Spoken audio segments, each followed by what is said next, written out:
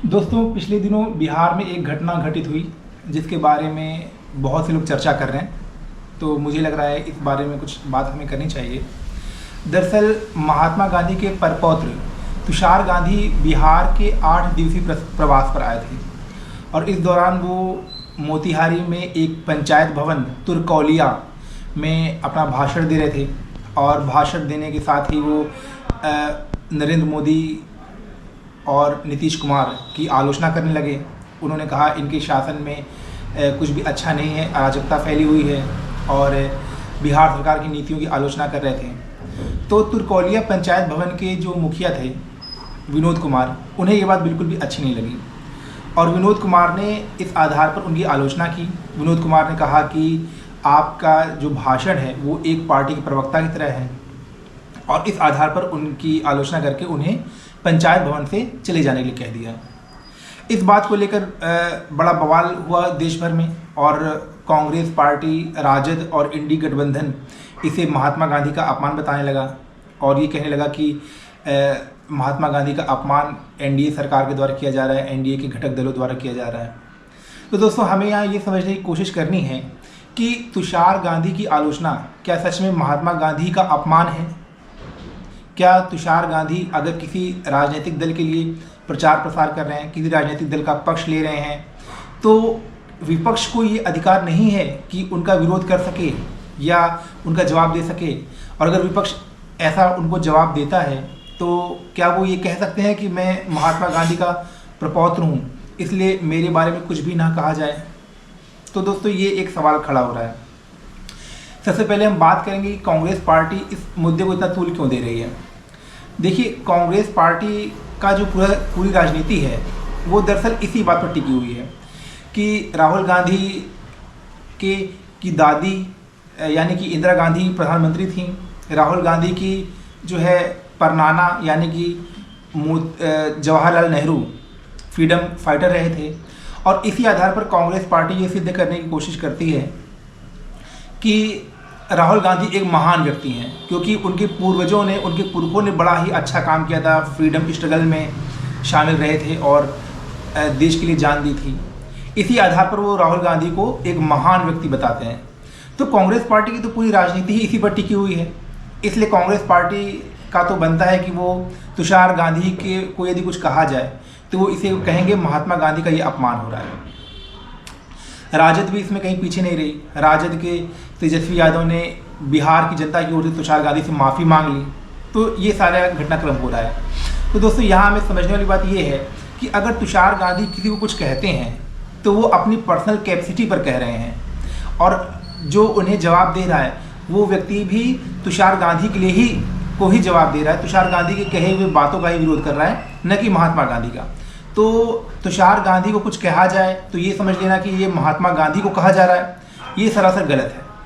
अब यहाँ पर हम लोग तुषार गांधी के कुछ वक्तव्यों की जांच करेंगे और ये जानने की कोशिश करेंगे कि क्या तुषार गांधी उस लायक हैं कि वो उन्हें महात्मा गांधी को एक ढाल की तरह यूज करने का अवसर मिलना चाहिए।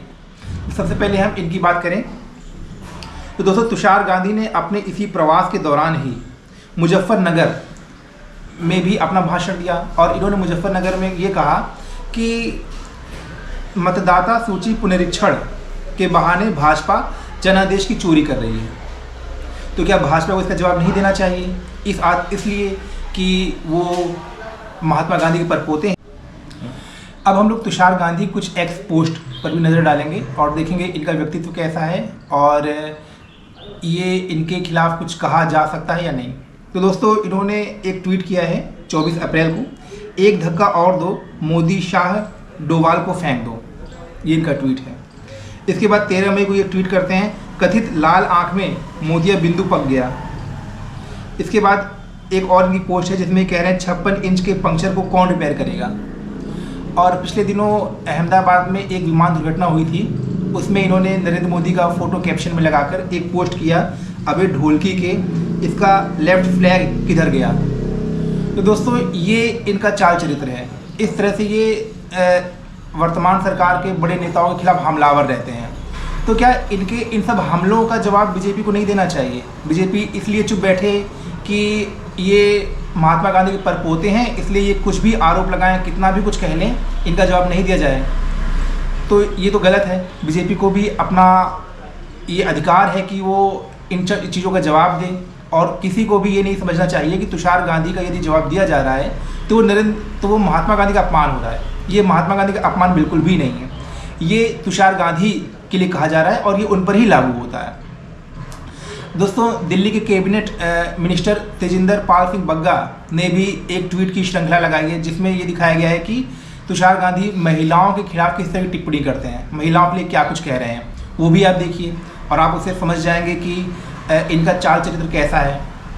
अब दोस्तों, अंत में हम लोग बात करेंगे पवन खेड़ा की एक ट्वीट की।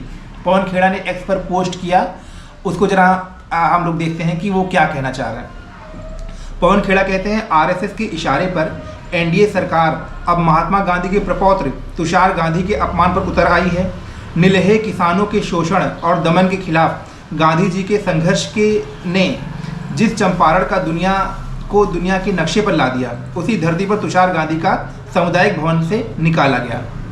तो अब देखिए, यहाँ पर ये बात तो करना है कि तुषार गांधी का अपमान किया गया, लेकिन उपलब्धियाँ किसकी बता रहे हैं? उपलब्धियाँ बता रहे हैं महात्मा गांधी की। तो ये कहाँ तक तर्कसंगत है?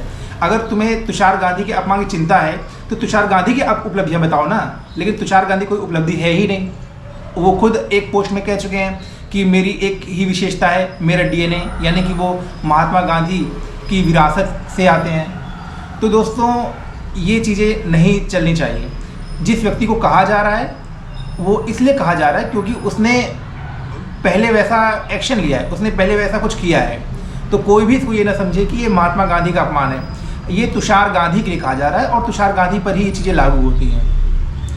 तो दोस्तों, आप लोग कमेंट में ये ज़रूर बताइएगा कि आप इस बारे में क्या सोचते हैं।